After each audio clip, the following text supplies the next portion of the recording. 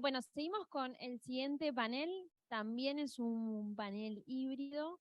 En este caso invito a Rodrigo Iriani del Trust for the Americas a que pueda moderar el panel GovTech en Latinoamérica, panel de iniciativas en la región. ¿Sí? Nos acompañarán de manera presencial Jorge Mora Flores, lo invitamos a pasar al escenario, bienvenido.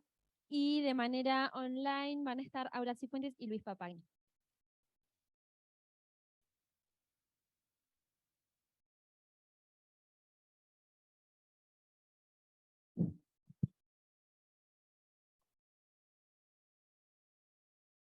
Bueno, gracias Ana, buenos días de nuevo. Vamos a probar, iniciando, a ver si tenemos a Aura y a Luis ya conectados. ¿Nos pueden escuchar? Ahí te vemos, Perfecto. Luis. Hola. Hola. Hola Luis, ahí te vemos. Bien. Gracias por sumarte y por tu participación hoy. Aura, a vos no te vemos todavía. ¿Estás ahí?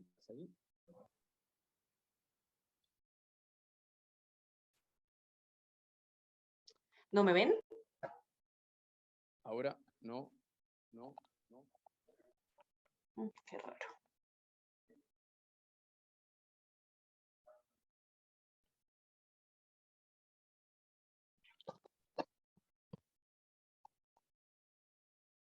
Ahí vemos si nos ayudan a ver si nos puede escuchar.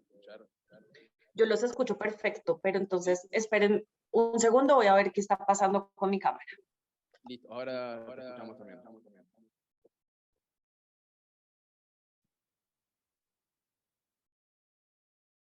Bueno, mientras Aura se prepara, vamos a conversar un poco de experiencias GovTech en Latinoamérica, desde Argentina. Tenemos a Luis, que está trabajando como subsecretario de Innovación Administrativa en el Gobierno de la Nación.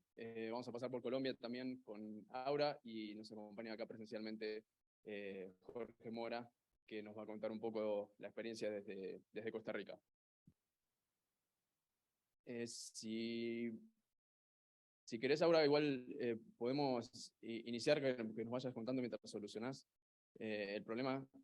Le hago una pregunta aquí a Jorge para que nos vaya dando un poco de contexto de su experiencia en estos temas aquí desde Costa Rica. Después conversamos un poco más de manera general tu experiencia, Aura, y tu experiencia, Luis, desde Argentina, para que nos cuenten en qué han avanzado, los desafíos y algunas ideas que tengan a futuro.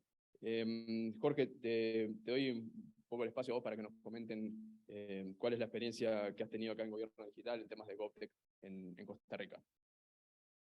Bueno, muchísimas gracias y bueno, un saludo a Aura y a Luis, que tuve el honor de poder compartir con ellos en la red de gobierno electrónico de América Latina y el Caribe. Ambos son pues grandes referentes de la región en temas digitales. Mucho del trabajo, para quienes no lo conocen y que se va a relacionar un poco con el tema de las GovTech, que quisiera mencionar, tiene que ver con el tema de la interoperabilidad. En este caso, Colombia, y justamente con mucha ayuda de Aura en el gobierno anterior, nos estuvieron dando muchísimo apoyo y muchísima guía para poder desarrollar lo que hoy tenemos en nuestro Código Nacional de Tecnologías Digitales, que es el Marco Nacional de Interoperabilidad. Y esto pues va a generar una serie de oportunidades, o nos puede generar una serie de oportunidades para el tema del desarrollo de las GovTech. También, por otro lado, Luis, desde Argentina, nos ha apoyado y estuvimos mucho en comunicación viendo temas de identidad digital y firma digital transfronteriza.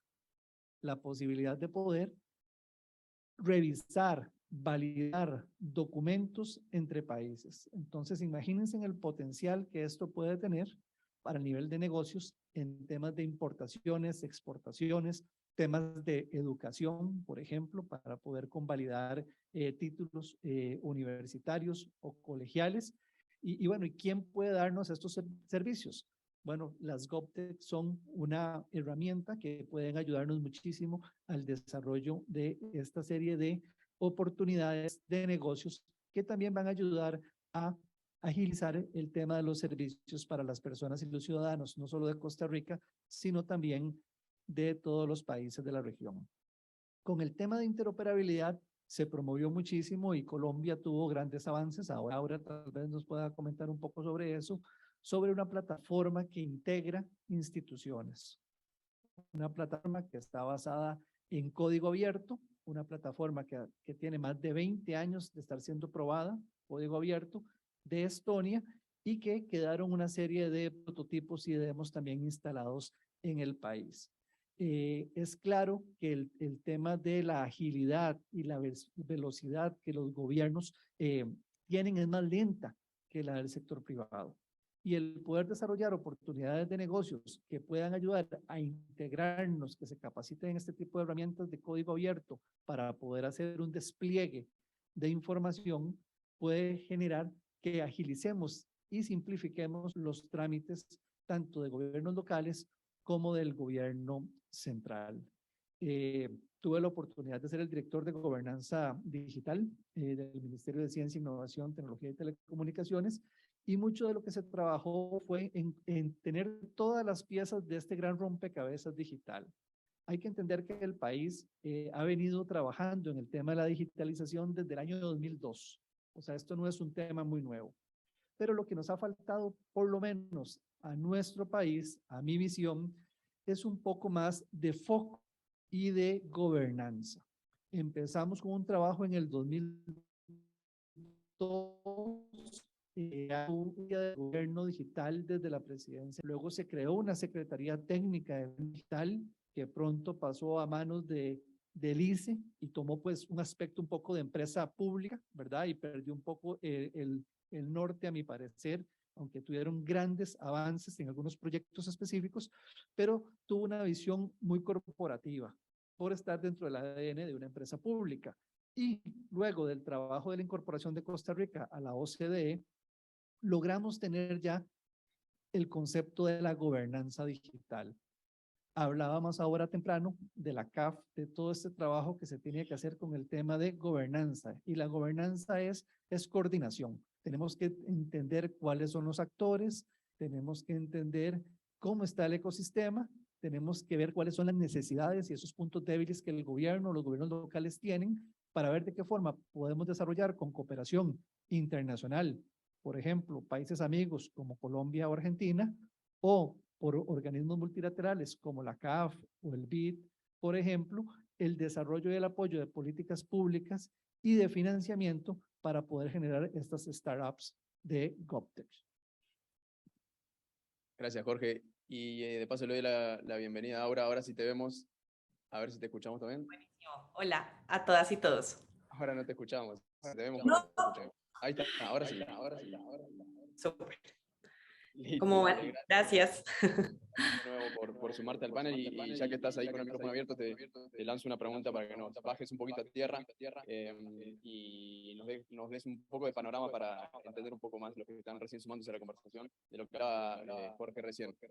Hace unos días leía un artículo tuyo que explicaba así a grandes rasgos de qué se trata GovTech, por qué es necesario sensibilizar más sobre el tema, cuáles son las diferencias o cómo coexisten los mundos de transformación digital, de tecnología cívica, datos abiertos, GovTech. Si nos puedes hablar un poquito de eso y después seguimos con algunas preguntas más puntuales y un poco de hablar de los desafíos.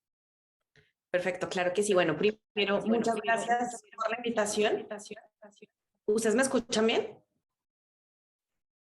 Yo escucho retorno. Listo, perfecto. A ver, yo creo que ¿por qué hay que hablar de esto? Porque es una tendencia y creo que es importante que el sector público pueda entender que con tecnología hoy se resuelven problemas de la entidad pública y problemas de cara a la ciudadanía, problemas de ciudad, problemas de país. Y yo sé que esto no es descubrir que el agua moja y todos de alguna forma por la era digital, porque la pandemia evidenció la importancia de usar tecnología. Probablemente todos entendemos eso, pero es que GovTech lo materializa.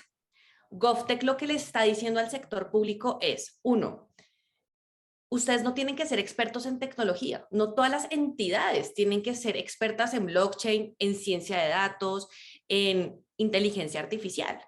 Y ese mensaje es muy importante porque si bien, como lo decía Jorge, hay organismos que tienen esa misionalidad, los ministerios de tecnología, los ministerios de ciencia, los que hemos sido directores de gobierno digital, que efectivamente ahí compartimos con Jorge, además, una red que existe en América Latina, pues eventualmente ese tipo de entidades sí. Pero cuando uno va a hablar con alcaldías, gobernaciones, gobiernos locales, no necesariamente tienen que ser expertos en esas tecnologías. Y ese mensaje es muy importante porque invita a que el sector público entonces empiece a entender con qué sector privado y particularmente con qué emprendedores puede aliarse para poder desarrollar un proyecto público. ¿Y por qué emprendedores? Porque GovTech lo que sí está mandando como segundo mensaje es que como la tecnología va muy rápido, se necesita de organizaciones ágiles que estén piloteando y que estén probando en constante desarrollo si esa tecnología funciona o no, esa tecnología cómo se adapta a un problema del sector público, y ese tipo de agilidad pues muchas veces no se tiene desde el sector público. Entonces ese es un segundo mensaje, y es tenemos que aprender a trabajar con ese tipo de organizaciones que además son expertas muchas veces en tecnología. Uno ve en el mapeo que hacen organismos internacionales como CAFO, como BID, que hoy hay startups expertas en blockchain, por ejemplo, o startups expertas en analítica de datos. Entonces, ese segundo mensaje es importante porque te permite fallar más rápido, ¿no? Y fallar más barato también porque ellos tienen esa organización ágil y esa capacidad de experimentar y de probar. Y el tercero, y con este cierro, creo que es importante empezar a hablar de esto porque adicional nos estamos dando cuenta que el sector privado emprendedor, no el tradicional, no las grandes empresas de tecnología, sino este que está emergiendo, tampoco conoce mucho al sector público. Entonces ahí se están generando de verdad las sinergias y se está evidenciando qué barreras existen, qué habilitantes necesitamos empezar a fomentar como política pública para que realmente cuando un proyecto de tecnología salga, ambos sectores encuentren fácil trabajar de la mano. Creo que en el panel vamos a hablar mucho más de eso, pero el concepto al ser emergente pues nos permite no solamente empezar a entenderlo, escribir sobre esto, hablar sobre esto, sino adicionalmente darnos cuenta que en la institucionalidad pública hay varias estrategias y hay varios mecanismos que hay que empezar a promover para que realmente a una startup también le interese y le motive trabajar con el sector público.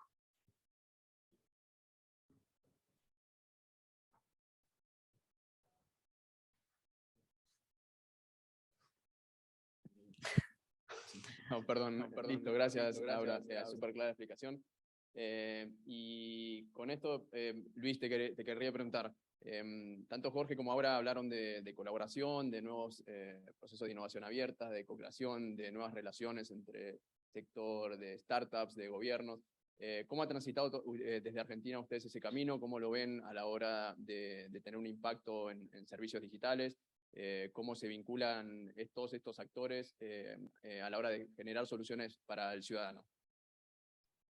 Bueno, primero buenas tardes, o buenos días a todos, a todas ahí, y saludar especialmente a dos grandes colegas como Aura y como Jorge, que si bien hemos trabajado mucho en conjunto, también bueno, nos hemos relacionado como amigos, así que un saludo para los dos. Y principalmente, bueno, quería comentarles de acá de Argentina, de la Subsecretaría de Innovación Administrativa.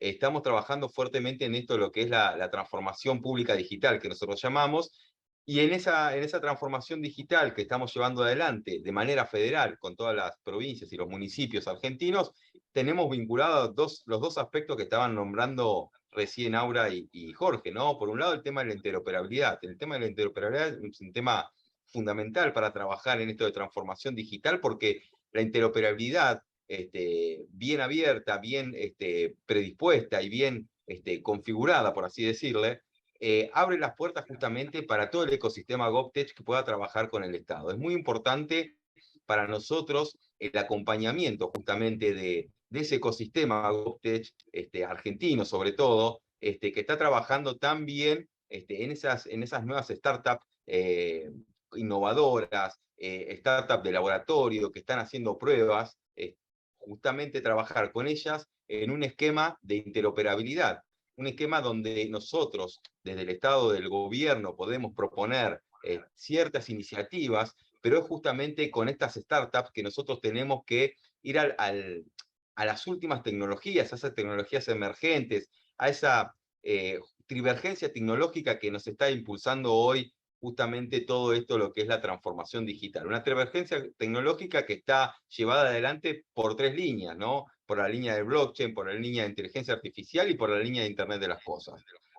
Algo que no es novedoso y que no es nuevo, tanto la transformación digital, que en realidad viene ya de hace unas décadas, pero que se acelera a partir de la resiliencia digital que tuvimos que atravesar durante la pandemia, y tampoco unas tecnologías que no son tan emergentes como nosotros creemos, porque la inteligencia artificial, si nos ponemos a hacer un poquito de análisis, es de la década del 60-70, cuando los científicos, los investigadores, trabajaban con redes neuronales. Lo que pasó, lo que prosiguió de eso, es que justamente el nivel de procesamiento fue aumentando y que a partir de ese nivel de procesamiento y los microprocesadores, la inteligencia artificial se fue masificando. Y hoy es como prácticamente como si fuera la luz y la electricidad. Ahora bien, ¿cómo aplicamos justamente esa inteligencia artificial, Internet de las cosas y blockchain a la gestión administrativa, a la gestión que tiene que llevar adelante un gobierno? Bueno, justamente es ahí donde nos apoyamos en estas startups y podemos configurar un nuevo paradigma de trabajo entre las startups o el ecosistema startup de GovTech y justamente los gobiernos. Yo creo que esas 2 líneas de trabajo son fundamentales para esta transformación que nosotros estamos llevando adelante y que estamos acelerando, ¿no? En todos los gobiernos, de manera federal, como le decíamos, o bien como lo aclaró también Jorge, de manera transfronteriza, porque hoy justamente esta transformación digital, una de las cosas que trae aparejada es que las fronteras ya no son tal y cual como las conocíamos de manera geográfica, ¿no? Entonces, los trámites hoy pueden migrar, ¿no? de un país al otro, y ese comercio electrónico, esas iniciativas transfronterizas se pueden ver materializadas a través de la aplicación de nuevas tecnologías y de nuevas formas de trabajo que están inmersas en esta transformación digital.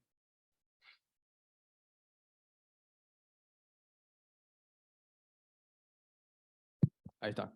Gracias, Luis. Y ahí me interesó bastante el tema de intercambiar experiencias y cómo distintos gobiernos pueden fortalecerse y también comentar entre ellos de qué ha funcionado, qué no, de qué manera pueden potenciar el ecosistema y seguir brindando mejores soluciones digitales. Ahí, Jorge, entonces te quisiera preguntar, en este contexto que nos planteaba Luis, ¿de qué manera o qué panoramas y posibilidades se les abre a Costa Rica concretamente en este marco de colaboración transfronterizo que nos mencionaba Luis? Claro, bueno, en el marco transfronterizo creo que en este momento tenemos una serie de oportunidades. Hay un grupo de países, la Red de Gobierno Electrónico de América Latina y el Caribe, que está trabajando de una forma muy unida en este desarrollo de proyectos regionales. Hay amplias oportunidades para poder participar y poder compartir los países que han venido avanzando en diferentes temas que han estado dispuestos a estar colaborando. 2 casos concretos fueron Colombia y Argentina, que los mencioné al inicio de mi intervención y que nos dieron una luz y nos dieron un camino que pudimos plasmar en una serie de instrumentos de política pública, y ahí es donde viene la oportunidad. Estando ya esos instrumentos de política pública ya definidos, podemos empezar a desarrollar startups de GovTech que puedan ayudar a implementar estos elementos que están definidos. Ya hay un marco de interoperabilidad, ya hay una plataforma de interoperabilidad definida que es de código abierto. Nos falta una implementación y un despliegue. Si el gobierno no tiene pues el presupuesto o la capacidad técnica para hacer este despliegue rápido entre municipalidades o gobierno central o gobierno con el sector privado, podemos empezar a desarrollar empresas que hagan este tipo de servicios. Tenemos también una Cámara de Tecnologías de Información, CAMTIC, que es muy activa en diferentes temas y tiene muchos capítulos. Hay un capítulo que se ha venido trabajando en temas, por ejemplo, de tecnologías abiertas, y con ellos tuvimos un proceso de capacitación sobre esta plataforma de intercambio de información, sobre el Expo de Estonia. y se están empezando a montar pilotos, por lo menos hasta cuando yo estuve nombrado como director, en la parte del sector médico para poder intercambiar información de salud, ya no solo únicamente del sector público, sino el sector público con el sector privado, utilizando estándares. También quedó una guía de publicación de datos abiertos. Si podemos empezar a analizar qué tipo de información tienen las municipalidades, los gobiernos locales y las diferentes instituciones del gobierno central, podemos empezar también a detectar una serie de necesidades, y esa serie de necesidades son oportunidades por las cuales nosotros podemos empezar a brindar servicios aplicando tecnología para poder mejorar estos servicios. Ahora hablaban, por ejemplo, Enrique de la CAF sobre el tema de la medición. Voy a darles un ejemplo concreto que podría de las GovTech para el país. En lugar de pensar cuánto cobrar por la implementación de un servicio de implementación de interoperabilidad, por ejemplo, la Contraloría General de la República hizo una estimación de cuánto podría ahorrarse el país si empezamos a aplicar este intercambio de información entre instituciones. Anda alrededor de un 3.5% del PIB, del Producto Interno Bruto, anual, si se hace una integración sectorial, o sea, el sector salud, seguridad, el sector de gobiernos locales. Y puede ir arriba del 8.5% anual del PIB si se hace a nivel nacional. Entonces, eso decía nuestra ex ministra de Ciencia, Innovación, Tecnología y Telecomunicaciones, doña Paola Vega, que también nos acompaña aquí, representa prácticamente lo que invierte el país en salud.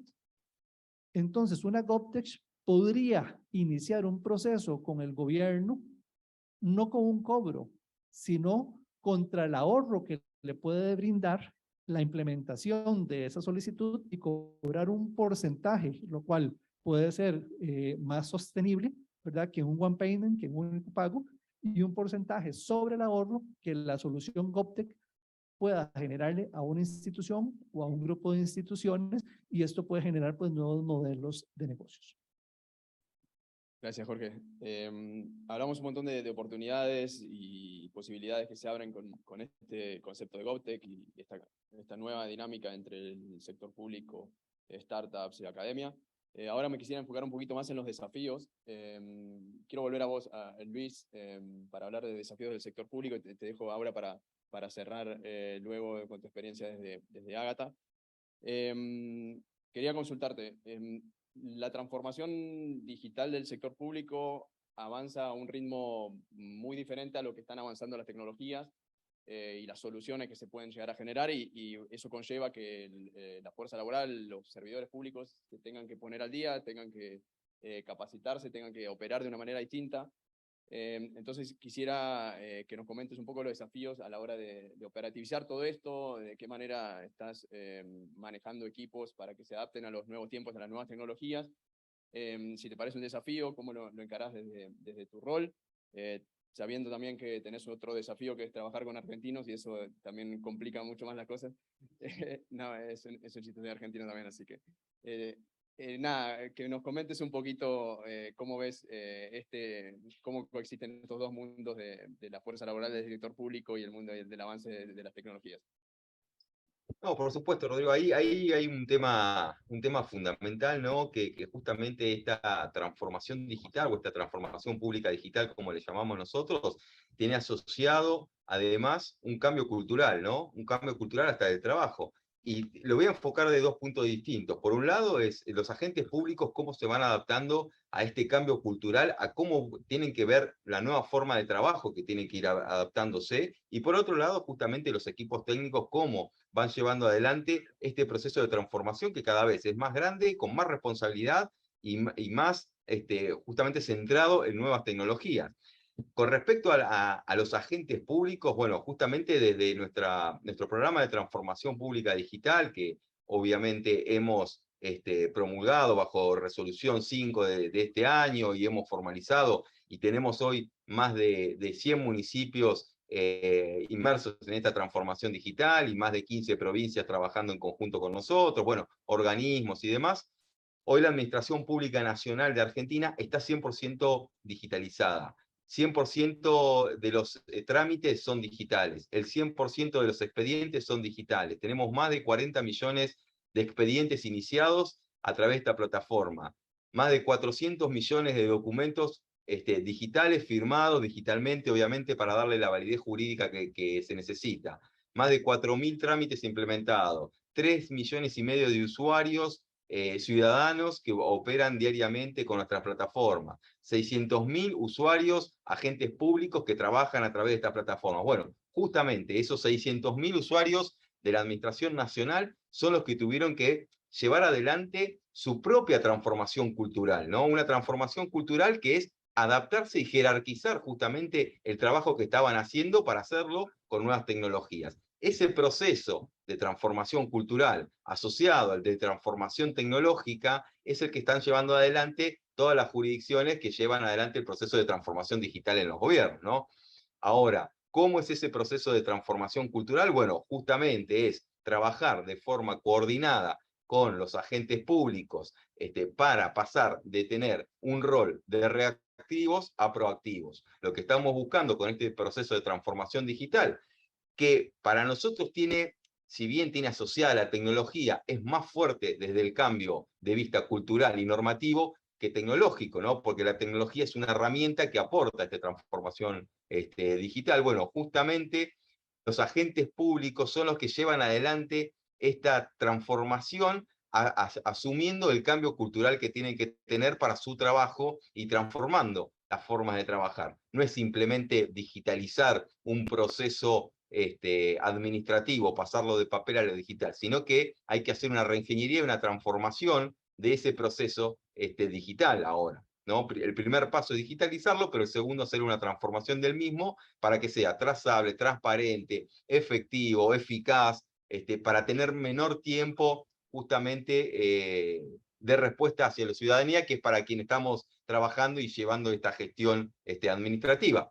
Ahora bien, justamente ese proceso de transformación cultural, lo que está buscando es no eliminar la burocracia, porque si bien el tema de la palabra burocracia muchas veces suena como feo o horroroso para los servicios públicos, pero la burocracia es efectiva justamente para controlar el actuar de cada uno de los funcionarios. La burocracia debe seguir existiendo, pero esa burocracia tiene que ser cada vez más invisible para la ciudadanía. Y ese proceso de transformación digital lo que lleva es justamente llevar a una burocracia invisible, una burocracia que exista pero que no se vea, que no afecte justamente los procesos administrativos. Eso con respecto a la transformación cultural de los agentes públicos. Y con respecto a la transformación que deben llevar adelante o asumir justamente los equipos técnicos, es ahí donde más foco le ponemos, por supuesto, de esta subsecretaría.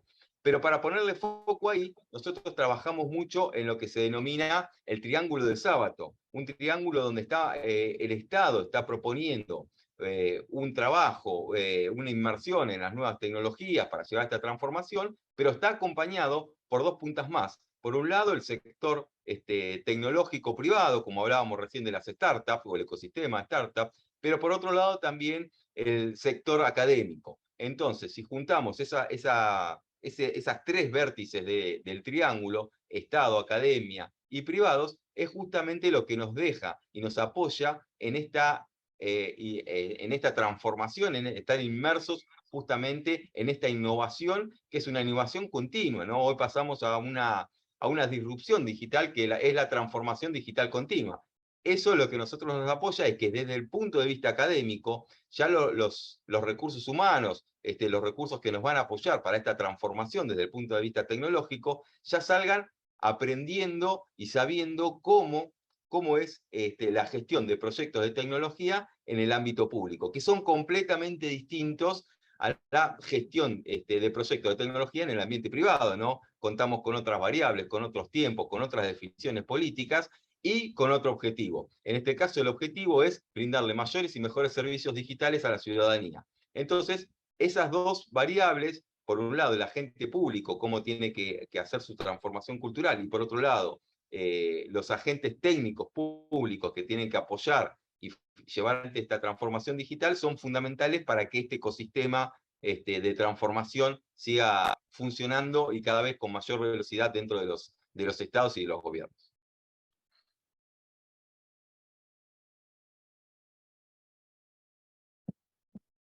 Gracias. Gracias, Luis. Y justo lo que mencionabas de transformación cultural, cambio de mentalidad, nos lleva también un poco a lo que comentaba ahora en el principio, de la necesidad de sensibilizar sobre estos temas y justamente evangelizar un poco del ecosistema GovTech y las soluciones que pueden llevar hacia desde el sector público y afectar al ciudadano. Ahora, para cerrar, si querés, contarnos un poco qué hacen desde Ágata como agencia analítica de datos, comentarnos también algún ejemplo puntual de cómo ves que el GovTech puede cambiar la vida de las personas o mejorar al ciudadano de pie. Y si querés darle un mensaje final de qué se tienen que ir las personas que nos están acompañando hoy acá y las personas que nos están viendo, un mensaje esperanzador final, antes de darle quizás al público unos minutos para que les hagan preguntas. Perfecto, Rodrigo.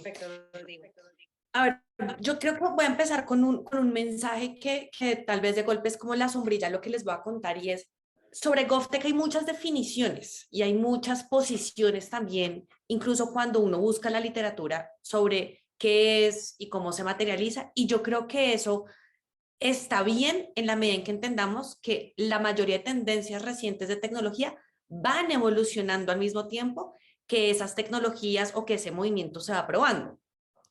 Cuando uno mira cómo empezó a hablarse de datos abiertos hace, no sé, 10 años, tenía un foco muy fuerte en transparencia. Y hoy, de golpe, ese ya no es el foco principal, ¿no? Se habla más de valor socioeconómico, el hecho de que el gobierno publique los datos de interés general permite que emprendedores, por ejemplo, los utilicen. Entonces, ese es como un mensaje para explicarles también qué es Ágata y ejemplos de esto es, está bien que eso pase en la medida en que se vaya afinando cada vez mejor esa definición y en la medida en que sector público y privado se encuentren en esa definición como un espacio. Y dicho esto, a mí me parece que GovTech reúne lo mejor del mundo de la transformación digital y de la innovación pública y al mismo tiempo los desafíos de esas dos agendas.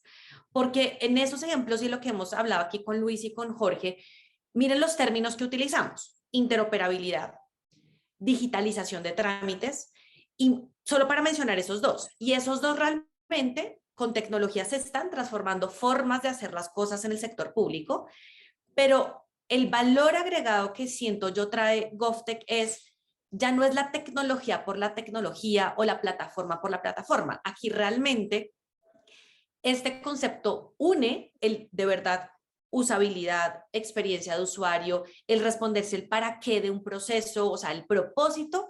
Siento yo que en este espacio GovTech, que cada vez se está consolidando más, una agenda no puede vivir sin la otra, o no deberían, digamos, rivalizar. Y eso es importante y también lo señalo como mensajes porque quienes hemos trabajado en el sector público en estos temas hemos visto malas contrataciones de tecnología, plataformas que no se usan, aplicaciones móviles que la ciudadanía las elimina, las descarga y las elimina en las semanas. Entonces, ha habido errores sobre esto. Y creo que el hecho de nuevo de buscar como esas sinergias de lo mejor de cada mundo o de cada agenda es vital, y siento que Ágata es un ejemplo de eso. Entonces, para las personas que me están escuchando, Ágata es una agencia analítica de datos recientemente creada en Bogotá, la capital de Colombia.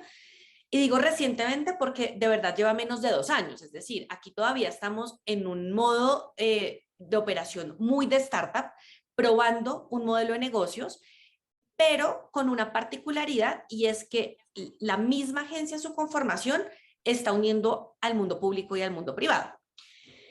Nosotros en Bogotá tenemos actualmente una alcaldesa, la primera alcaldesa mujer, y ella en su ruta, en su plan de trabajo, quiso decir, oiga, Bogotá, pleno siglo XXI, necesitamos equipos dentro de la institucionalidad de este gobierno local que se estén pensando en soluciones distintas a las tradicionales. Es decir, un equipo que se esté pensando en resolver problemas públicos con datos y resolver problemas públicos con enfoque de innovación.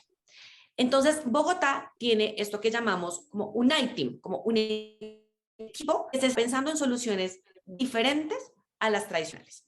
Y Ágata tiene la misionalidad de responder a esos problemas públicos con datos. ¿Esto por qué es interesante? Porque Ágata tiene capital, o sea, en su inversión, en la forma en cómo se constituyó, tiene capital público y capital privado. Las empresas más importantes de servicios públicos domiciliarios de Bogotá son socias, son fundadoras de Ágata. Y esto es importante porque en la agenda de innovación pública hemos venido, no sé, 10 años diciendo que es muy importante que el sector público pruebe, que experimente, que encuentre modelos de negocios como a largo plazo, sostenibles, y Ágata es ejemplo de eso. Ágata se funda con una promesa de valor y es: necesitamos resolver problemas públicos con datos y vamos a probar si este modelo de negocio en 4 años funciona. Y para eso vamos a invitar al sector privado a que se una a esto, para que esto no dependa meramente del sector público, que sabemos que tiene unos cambios de administración cada cierto tiempo, que tiene unas barreras, unas particularidades propias al sector público. Y entonces Ágata se crea con esa promesa de valor. Llevamos 2 años y justamente lo que estamos haciendo ahorita es acompañar a ciertas secretarías locales a resolver ciertos problemas que ellas tienen. Y les voy a contar uno para ejemplificar cómo esta agenda, que a veces se ve muy como estratosférica, donde a veces incluso el ciudadano no la entiende mucho, en un proyecto como este se está materializando. Creo que esto es particular, pues esto pasa en toda América Latina, digamos, no es una particularidad colombiana, que es la economía informal, o el hecho de la informalidad de nuestros países, donde muchas personas viven del día a día, viven de negocios informales, viven de vender X producto para poder vivir y tener, digamos, lo del día a día.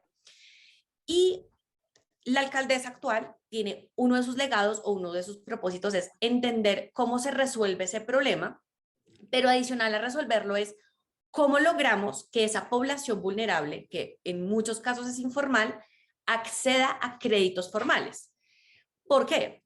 Porque particularmente en Colombia hay un fenómeno que llamamos el gota a gota, que son estas organizaciones al margen de la ley, casi que como mafias, que le prestan a estas personas dinero para justamente tener para el día a día, a tasas muchas veces altas, con un esquema, digamos, distinto al que podría uno pensar de una banca tradicional, que a uno le piden ciertos datos para decir, te otorgo el crédito o no. Aquí es al margen de la ley e informal. Con un agravante, y es que si las personas no pagan, pues se utiliza la fuerza para que paguen. Y hay casos, excepciones, pero hay casos donde hay personas que han muerto por no pagar ese crédito. Ese es el problema público, muy resumido. Ahora, ¿cómo entramos con datos a resolverlo?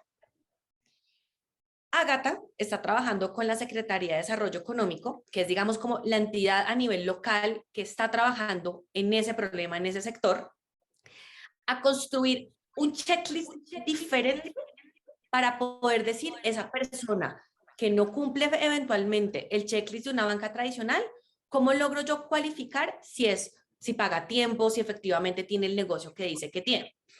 Y el proyecto es muy interesante porque junta entender qué datos me sirven para poder decir, Aura, Jorge, efectivamente pueden acceder a un crédito. Entonces estamos hablando de analítica de datos. Estamos hablando de que necesitamos articulación de varias entidades públicas que tienen esos datos y que me permite a mí hacer ese análisis. Les voy a poner un ejemplo: telefonía móvil, servicios públicos domiciliarios. Aura paga el agua, Aura paga la luz, el teléfono. Tercero, nos está permitiendo experimentar e innovar porque en el proyecto hay un sandbox que permite probar si ese modelo funciona o no, y que permite pilotear si esos primeros créditos que se van a otorgar, efectivamente las personas los están pagando. Y la cuarta, que es la más interesante para el ecosistema GovTech, no lo estamos haciendo solo con banca tradicional, lo estamos haciendo con startups que están en su modelo de negocio y en su sector intentando resolver los problemas de la inclusión financiera, que ya han probado sus negocios, sus modelos de negocio, que ya tienen scoring crediticios, que han probado con diferentes segmentos de la población, y esas startups hacen parte de este proyecto. Particularmente estamos trabajando con 2 que se han enfocado en ciertos segmentos, población muy vulnerable, mujeres, por ejemplo, todo lo que tiene que ver con las tiendas, digamos, informales de muchos barrios que operan en Bogotá. Entonces, esto es solamente un ejemplo de cómo un proyecto realmente toca todas las aristas de lo que hemos hablado en este panel. Habla de interoperabilidad, pero al ciudadano y a esa población vulnerable no le hablamos de interoperabilidad. Le estamos diciendo, puede acceder a un crédito de manera fácil, rápida y ágil, pero segura. Su vida no está en riesgo. Entonces, eso es un ejemplo de cómo un término que muchas veces para la ciudadanía no es tan cercano, pero de golpe para el sector público sí, con un lenguaje obviamente pues mucho más ciudadano, resolviendo un problema puntual que de verdad es un dolor colectivo y que uno lo logra explicar en el beneficio que esa persona va a tener en el día a día, termina evidenciando, y obviamente yo soy una convencida de esto, de que este ecosistema de verdad se tiene que fortalecer, que las entidades públicas sí pueden trabajar con startups y están los instrumentos jurídicos para poder hacerlo. Y sobre todo que en esto que hemos hablado, y con esto realmente cierro, al final a la ciudadanía lo que le interesa es poder sentir y de verdad que sea palpable que su vida está cambiando y que hay una mejora en su calidad de vida. En estos artículos que hemos escrito varios sobre GovTech, sobre estos temas, siempre hay una analogía que la gente entiende muy bien y es, hoy cuando uno entra a Netflix, Netflix a uno le dice, Aura, esta serie te puede gustar con base en lo que has visto en los últimos meses.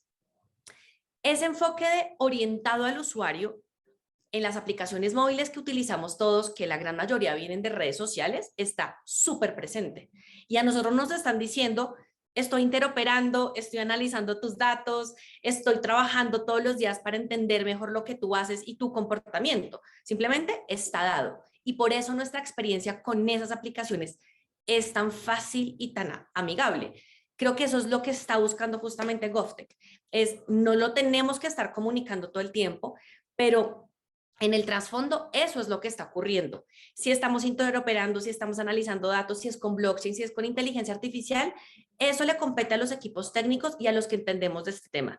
Pero a la ciudadanía lo que va a percibir o lo que está percibiendo es que los conocemos, sabemos quiénes son, estamos analizando justamente ese comportamiento y esa particularidad dependiendo del proyecto para mejorarlo, para que su experiencia sea mejor. Eso es Ágata. Esa es la apuesta a la que le estamos apuntando en estos años. Tenemos un mapeo de emprendimientos con los que queremos seguir trabajando en otros proyectos. Este es uno de los que estamos trabajando. Y lo que es muy interesante es que en GovTech los emprendimientos, las startups también se están autodenominando como emprendimientos GovTech en diferentes sectores, en salud, en educación, en temas de género. Y bueno, espero poder en otra oportunidad contarles sobre los otros proyectos en otros sectores donde el sector emprendedor y el sector público está trabajando en la mano. Muchísimas gracias, Aura, Luis, Jorge, un placer escucharlos. Voy a abrir el micrófono para cualquier pregunta, si tenemos 10 minutos, ahí tenemos una y por allí otra.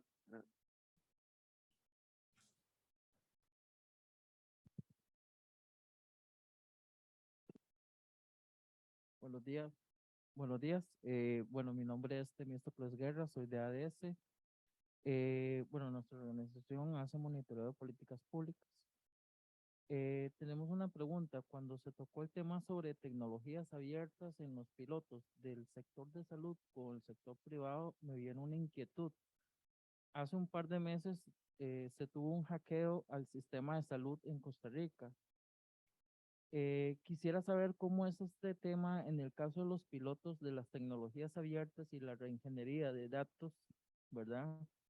Que digamos que para aspectos de Costa Rica se retrocedieron 10 años porque se perdieron datos.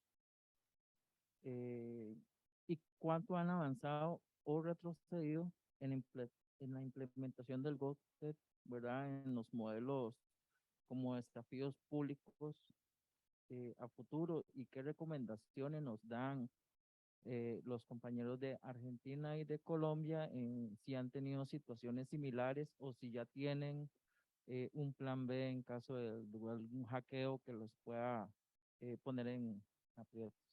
Gracias.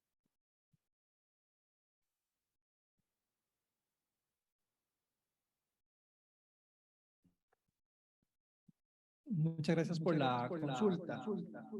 Bueno, tuve la oportunidad de estar en conjunto de la exministra de Ciencia y Tecnología, liderando el proceso cuando se dio el evento del ciberataque y con el coordinador también del CECIR Nacional, don Roberto Lemaitre, que también nos acompaña acá, en abril de este año. Con respecto al tema de las pruebas que se han venido realizando, se utilizaron, digamos, plataformas abiertas para poder hacer intercambio de información y poder realizar consultas.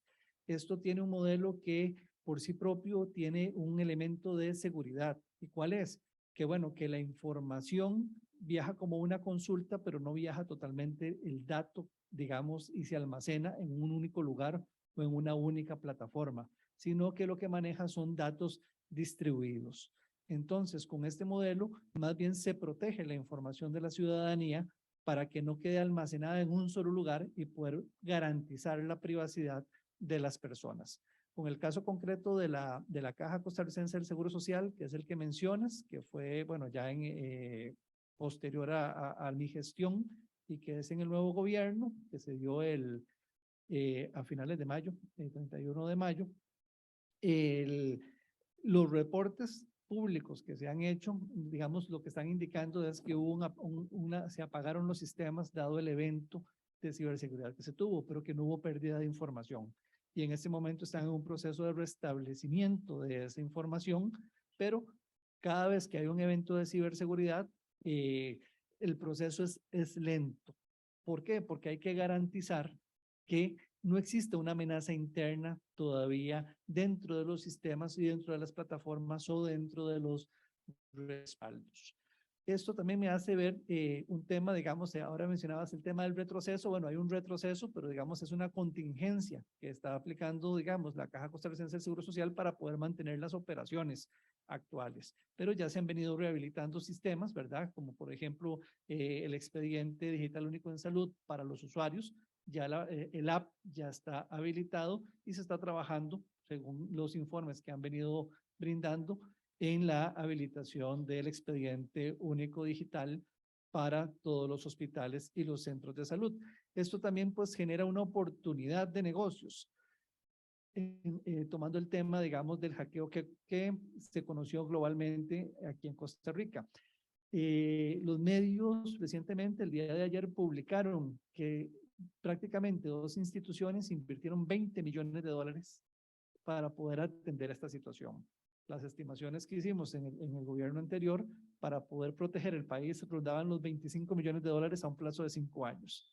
O sea que este incidente y no haber protegido al país o haber invertido en ciberseguridad prácticamente nos costó lo que 4 años de haber protegido al país con 2 eventos específicos.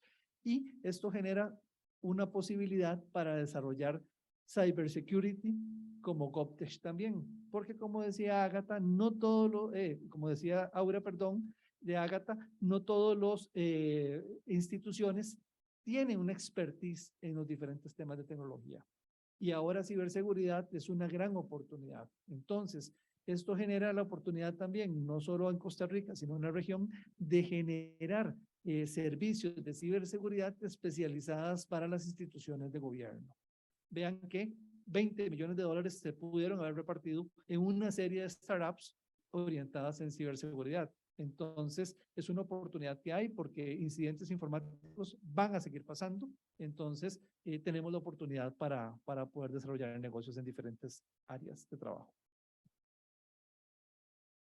Aura y Luis, no sé si quieren complementar brevemente en ese tema y dejamos una pregunta más que ahí el amigo Dinko tenía. Sí, yo quisiera complementar una cosa, lo que bien, sí. Y es que, qué gran pregunta, porque si hay un gran ejemplo, justamente todo lo que hemos hablado es la ciberseguridad. Cuando yo estaba como directora de Gobierno Digital en el ministerio, siempre decíamos que la ciberseguridad tiene un componente de innovación muy fuerte, de innovación buena y mala. ¿Qué quiero decir con esto? Hay gente hoy, en este momento, mientras se está desarrollando este panel, que solo está pensándose en nuevas formas de fraude. que solo está pensando en cómo hackear mejor los sistemas de información del sector público, privado, internacional, cualquier sistema de información, que está pensando qué ocurre democráticamente o en la sociedad o en cualquier país en elecciones, por ejemplo, para entender qué tipo de ciberataque puede hacer. Entonces, cuando uno piensa que digamos, cuando hablamos de ciberseguridad, el componente de innovación está permanente, la pregunta es, ¿el sector público está preparado para tener en igual capacidad un equipo que solo se esté pensando en cómo proteger mejor? Y la respuesta es depende del país, depende de la institucionalidad que tenga, depende de los recursos que le asigne a esto. Cuando las personas dicen la próxima guerra mundial es cibernética, hay personas que les parece una exageración, que les parece que es muy exagerado decir eso, pero realmente eso está pasando y puede pasar. Entonces, cuando uno piensa en eso, de que eventualmente de pronto no estamos tan listos en el sector público para tener equipos que solo estén pensando en eso y que vayan un paso más rápido que ese equipo que está intentando generar innovación en el fraude, no es tan evidente, porque requiere tener mentalidad hacker al interior del gobierno. O sea, es ponerse en la mente y en los zapatos de quien está intentando hacer el ciberataque. Y acá solamente experiencia colombiana. En Colombia hace ya casi unos 6 años, 6, 7 años, tenemos un equipo de respuesta a incidentes cibernéticos, se llama CECIR Gobierno, creo que probablemente es una sigla que las personas que conocen de este sector están familiarizadas. Hay CECIR por financieros, la policía y toda la parte como de inteligencia de las Fuerzas Armadas usualmente tienen un CECIR, pero Colombia tiene un CECIR Gobierno, únicamente para prestarle apoyo a las entidades públicas, para prestarle apoyo a esos oficiales de seguridad que muchos ministerios hoy tienen, que muchas entidades públicas están teniendo para que al interior mismo de la entidad se genere esta cultura de seguridad, activos de la información, protección, porque lo que dice Jorge es muy valioso. ¿Cuántos ataques se pueden prever? ¿Cuántos realmente no salen a la luz porque se lograron contener? Pero ese único que no se pudo contener, que no se pudo ver, es el que muchas veces sale en los medios de comunicación y entonces la ciudadanía dice, el sector público no está haciendo nada. Solo dejo aquí la reflexión y es un tema y un sector como este, estoy muy de acuerdo con Jorge, esto no va a dejar de pasar. Es más, cuando uno mira cuántos ataques cibernéticos tiene una página web, muchas veces son millones o miles en un segundo, y ahí tiene mucho sentido trabajar con organizaciones ágiles que tengan la capacidad de ir a ese mismo ritmo y que además estén probando soluciones tecnológicas para contenerlo, para ir un paso más allá de estas organizaciones al margen de la ley que están generando los ciberataques. Yo creo que el sector público, caso colombiano, tiene una institucionalidad que lo está haciendo, pero incluso teniéndola con softwares, con un organigrama para hacer pedagogía también a la ciudadanía, que es otra variable que si se la introducimos a esto, vuelve más complejo este tema. Pedagogía, sensibilización, apoyo, tener softwares, incluso teniéndola, no es suficiente. Entonces, el poder tener emprendimientos, startups que se dediquen únicamente a eso y que además comprendan cómo funciona esto en el sector público, creo que le daría mucho valor agregado a que la pregunta que hicieron pues no se siga repitiendo y no siga pasando esto. A ver, aprovecho y digo, ya el tema de ciberseguridad es un tema por sí solo, ¿no? Digo, podríamos estar armando un panel directamente para hablar del tema de ciberseguridad, que es tan importante y cada vez es más necesario tenerlo en cuenta, ¿no? Creo que Aura, de nuevo me confundo, Aura y Jorge dijeron muy bien cómo se tiene que plantear el tema de ciberseguridad en el Estado, sobre todo. El Estado no está presente y no es la misión y la función del Estado estar atento a los avances en cuanto a la ciberseguridad. El Estado tiene que estar participando de la ciberseguridad, pero para eso justamente está el ecosistema que puede trabajar en ese tema y puede estar investigando, como bien lo decía Ágata, este avance que es continuo. de parte de los que quieren delinquir con el tema de la seguridad, es continuo, los avances, la innovación es continua y el Estado no está preparado ni tiene esa misión de estar detrás de estas cuestiones, sino que acá debe apoyarse en un esquema privado, ¿no? Un esquema privado que trabaje y analice justamente todos los temas de ciberseguridad y que pueden tener esa capacidad. Ahora bien, si hablamos del tema de ciberseguridad, el esquema público-privado es fundamental, porque cuando tenemos ataques en el ámbito de ciberseguridad, no se atacan solamente en el ámbito público, se atacan a todos. Entonces, la información que debe pasar del público al privado y viceversa es fundamental para prevenir este tipo de ataques. Entonces, ese esquema público-privado en materia de ciberseguridad es fundamental. Y el Estado lo que tiene que hacer es tener un equipo de análisis de incidentes, como son los CSIRT, y determinar cuáles son las infraestructuras críticas que debe resguardar. En el caso de Argentina, justamente el ecosistema de gestión documental digital, que es el que estamos gestionando nosotros, y es donde se apoyan todos los expedientes y tramitaciones y la información de la ciudadanía, está determinada como la única y la primera y la única infraestructura crítica de ciberseguridad que tiene el Estado y el privado en toda la República, con lo cual eso le da un margen de acción completamente distinto a cualquier otra infraestructura. Margen de acción que, por ejemplo, tiene auditorías en concreto, revisiones de seguridad en concreto, participación pública en cuanto a la información que trasciende para tener un esquema de seguridad mucho más alto. Bueno, toda una cuestión que va de la mano justamente del esquema de ciberseguridad que tiene que tener el Estado. Pero como conclusión final, creo que el esquema público-privado en esta materia del tema de ciberseguridad es fundamental para tener los mecanismos suficientes para poder resguardarse en materia de protección de datos.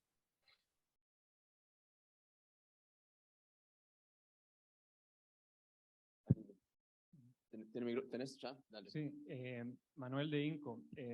Bueno, muchísimo gusto y a mí me pareció muy interesante el ejemplo, la proposición de que se pudieran poner en práctica un proyecto de interoperabilidad sin un one payment. Nosotros trabajamos hace años en el mundo de datos abiertos con plataformas SaaS y bueno, eso nos llevó a una plataforma de interoperabilidad también, ¿verdad? Hemos hablado desde hace varios años del tema y poca gente o casi nadie nos entiende de los casos de uso de interoperabilidad. Entonces me llamó mucho la atención esa proposición y, por ejemplo, nosotros como empresa que...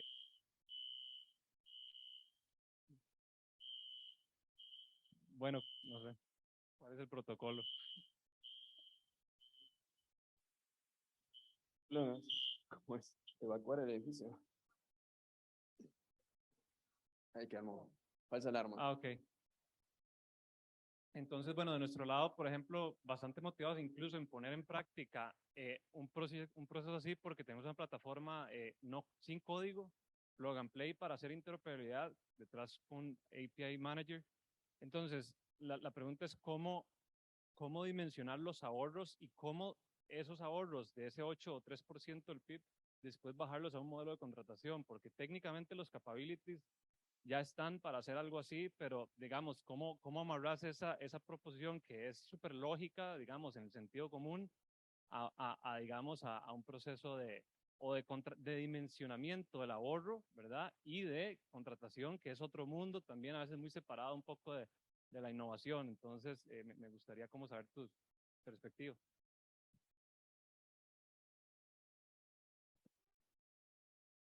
Manuel, sí, tal vez una de las primeras fases tiene que ver, digamos, con una fase previa a la técnica, que tiene que ver con el desarrollo de las diferentes mediciones sobre el servicio público específico en el cual se va a trabajar para el tema de la interoperabilidad.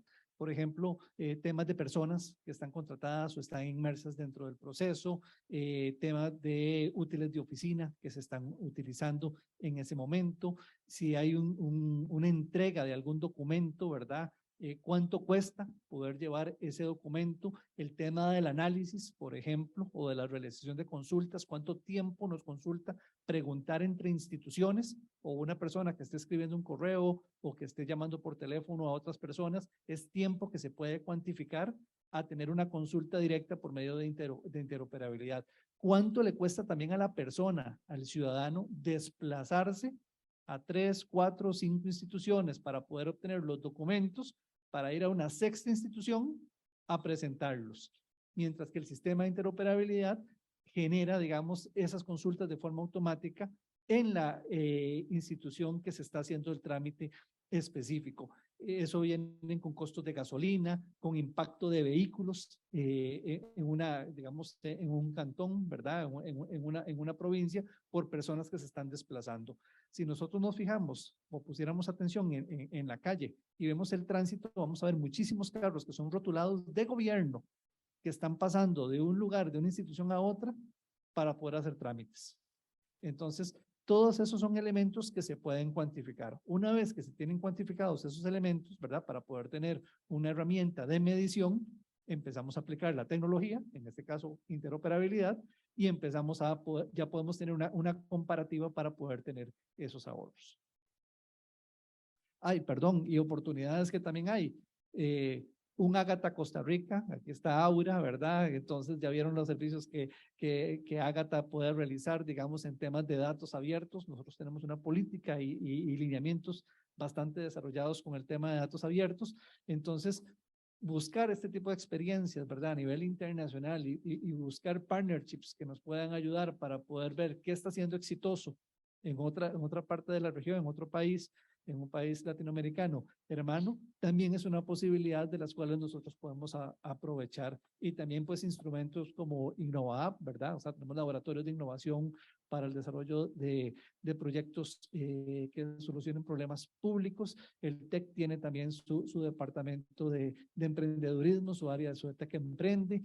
Hay un clúster de ciberseguridad aquí en el país, hay una cámara de tecnologías digitales, están los instrumentos de política pública.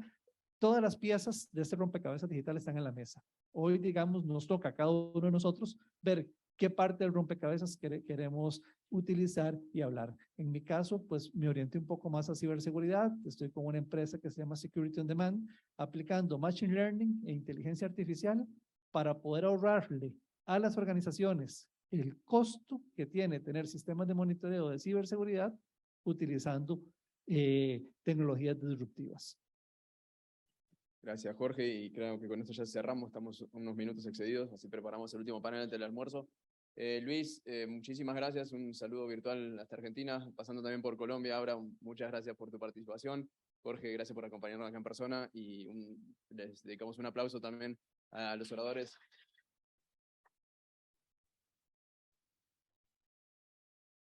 Bueno, muchísimas gracias. Mientras ahí vamos sacando una fotito, entregando a los presentes. Gracias. Dale, adelante. Quería mencionarles este panel en algunas oportunidades, bueno, hablamos de, resonó la identidad digital y me hizo acordar, quería comentarles que en plus.es.city tienen descarga de las publicaciones que hemos realizado, es decir, gratuitas.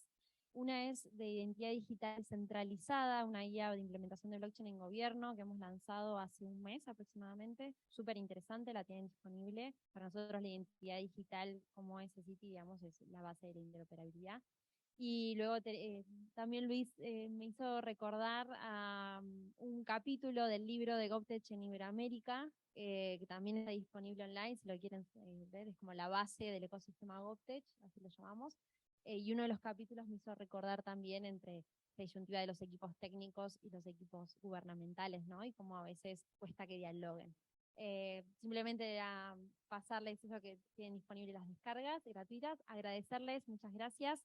Pueden bajar del escenario. Gracias, Aura. Disculpa que te cambiaron el nombre 2 veces hoy. Disculpa. Está bien, está bien. Quiere decir que ya todos saben quién es Ágata. Está perfecto. Está perfecto. Te queda lindo igual, Ágata. Bueno, muchas gracias.